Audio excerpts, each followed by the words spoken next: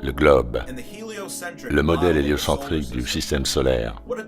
Quelle incroyable et véritablement stupéfiante réussite de l'homme, qui a nécessité les efforts collectifs de quelques-uns des plus grands esprits de tous les temps sur une période de 2000 ans pour inventer ce modèle. Une perle de l'ingénierie à rebours.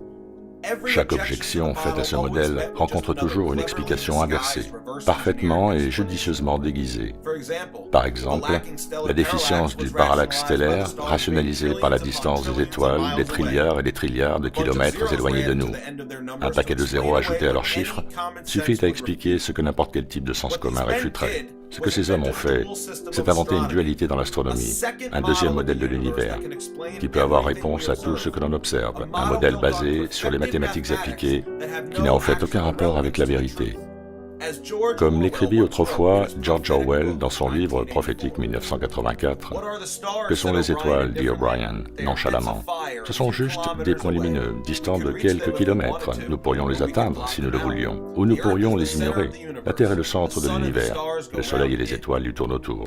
Lorsque l'on navigue sur l'océan, ou lorsque nous prédisons une éclipse, nous le faisons en présupposant que la Terre tourne autour du Soleil et que les étoiles sont à des trilliards de kilomètres.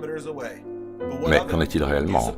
Vous pensez que nous ne sommes pas capables de produire une telle dualité dans l'astronomie? Les étoiles sont soit proches, soit distantes, comme il nous convient. Et vous imaginez que nos mathématiciens sont incapables d'y faire face? Vous avez oublié la double pensée alors. Ces types ont inventé la dualité dans l'astronomie, et ils s'émerveillent de leur réussite. En point final, nous placerons le Soleil au centre de l'univers.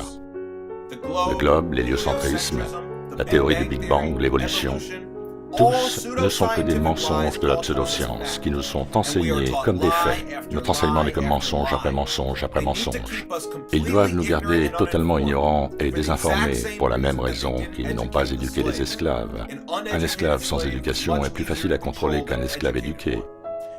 Et l'esclavage existe encore aujourd'hui. On s'est juste débarrassé de la boule et de la chaîne. Au lieu d'un labeur forcé, nous sommes autorisés à l'illusion de l'éducation. Nous pouvons choisir notre profession. Cette illusion de liberté et de choix nous rend plus productifs. Et plus nous sommes productifs, plus nous payons de taxes. Nous sommes de petites pièces dans une énorme machine. Nous sommes leurs esclaves endettés. Et aux esclaves, on ne leur dit pas la vérité. Le savoir, c'est le pouvoir, et celui qui possède le savoir détient le pouvoir. Ils prétendent nous donner une éducation, mais ce n'est qu'un programme dilué conçu pour empêcher notre esprit d'atteindre son vrai potentiel. Ce n'est qu'un endoctrinement du gouvernement, et les gens avalent mensonge après mensonge.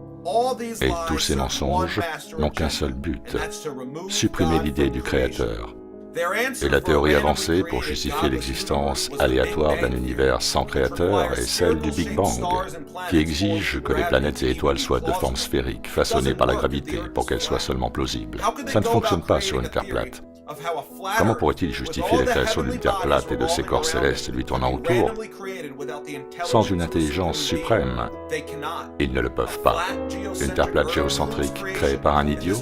Et c'est un énorme problème pour ceux qui détiennent le pouvoir ici sur Terre.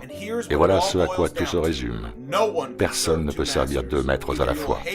Vous détesterez l'un et aimerez l'autre. Personne ne peut servir à la fois le Créateur et l'argent, le Créateur et l'avidité, dans le même temps. La Bible décrit précisément une terre stationnaire avec des frontières, un début et une fin, comme toute chose.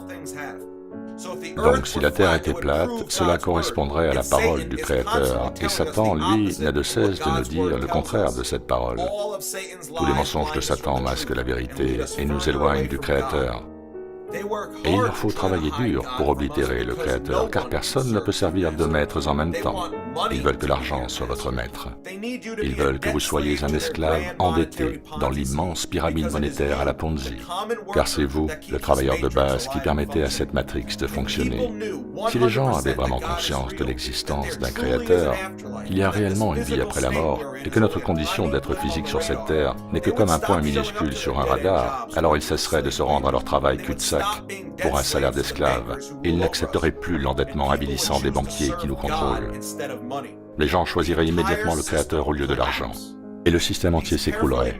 Tous ces mensonges minutieusement conçus n'ont qu'un seul et unique objectif, celui de supprimer la réalité du Créateur, de sorte que nous restions asservis à leur système d'endettement. Car encore une fois, il est impossible de servir deux maîtres en même temps.